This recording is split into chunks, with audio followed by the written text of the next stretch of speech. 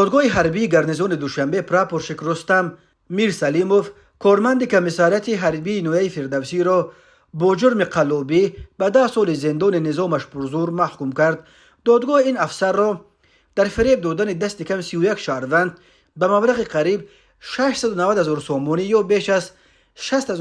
گناهکار شناخت. مرکز مطبوعات داستان کل تاجیکستان روز 10 ایول سال 2023 در شرح این پرونده گفت تفتیش پرونده جنایتی نسبت خدمتچی حربی اجرا کننده مسئول عاید به نظارت مدافعه حدودی زیرشعبه سفربری کمیساریات حربی نویه فردوسی شهر دوشنبه پراپورشک میرسلیموف رستم اوبجانوویچ برای صادر نمودن جنایت قلابی به مقدار مخصوصا کلان بر اساس ماده 247 قسم 4 بند ب کودکس جنایتی جمهوری تاجیکستان به اتمام رسانیده شده به دادگاه ارسال شده بود. با حکم دادگاه حربی گارنیزون دوشنبه نسبت میرسلیموف جزای محروم ساختن از آزادی به مدت 10 سال با محروم کردن از حقوق اشغال منصب‌های معین یا مشغول شدن به فعالیت معین منصوبیت جوابگری مال و ملک داشته به مدت 3 سال با ادای جزا در کلونیای اصلاحی دارای نظامش پرزور تعیین کرده شد. خود میرسلیموف و یا ادوکات و نزدیکانش برای شرح قضیه دسترس نیستند، ولی دادستانی میگوید در رفت تفتیشات معین شد که میرسلیموف با مقصد غرض و تصرف مال و ملک غیر یا به دست آوردن حقوق به مال و ملک غیر برای فریب و سوء استفاده باوری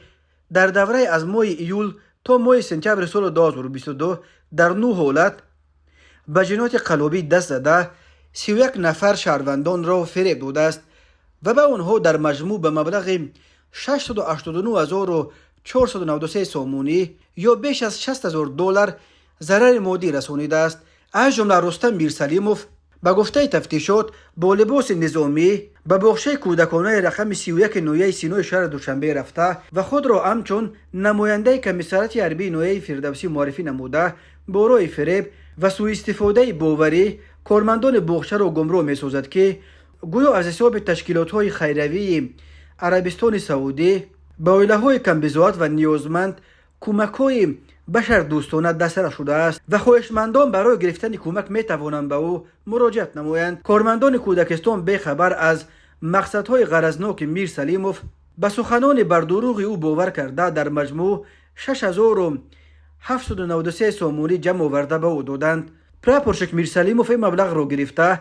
به منفعت شخصیش استفاده برده به شهروندان ضرر مادی رسانیده است. به گفته تفتیشات با چنین راه و اصول میرسلیموف باز 29 نفر را فریب نموده مال و ملک آنها را برای قلابی غیر قانونی از خود کرده تکرارا جنایت‌های قلابی را صادر نموده است. داستانی کل گفت ضمن بررسی پرونده جنایتی نسبت به میرسلیموف در یک وقت عریضه دعواگی دادستانی گارنیزون دوشنبه با مقصد رویانیدن تاوان ضرر به شهروندان 570,654 سومونی رسانیده شده نیز بررسی و قانع کرده شد.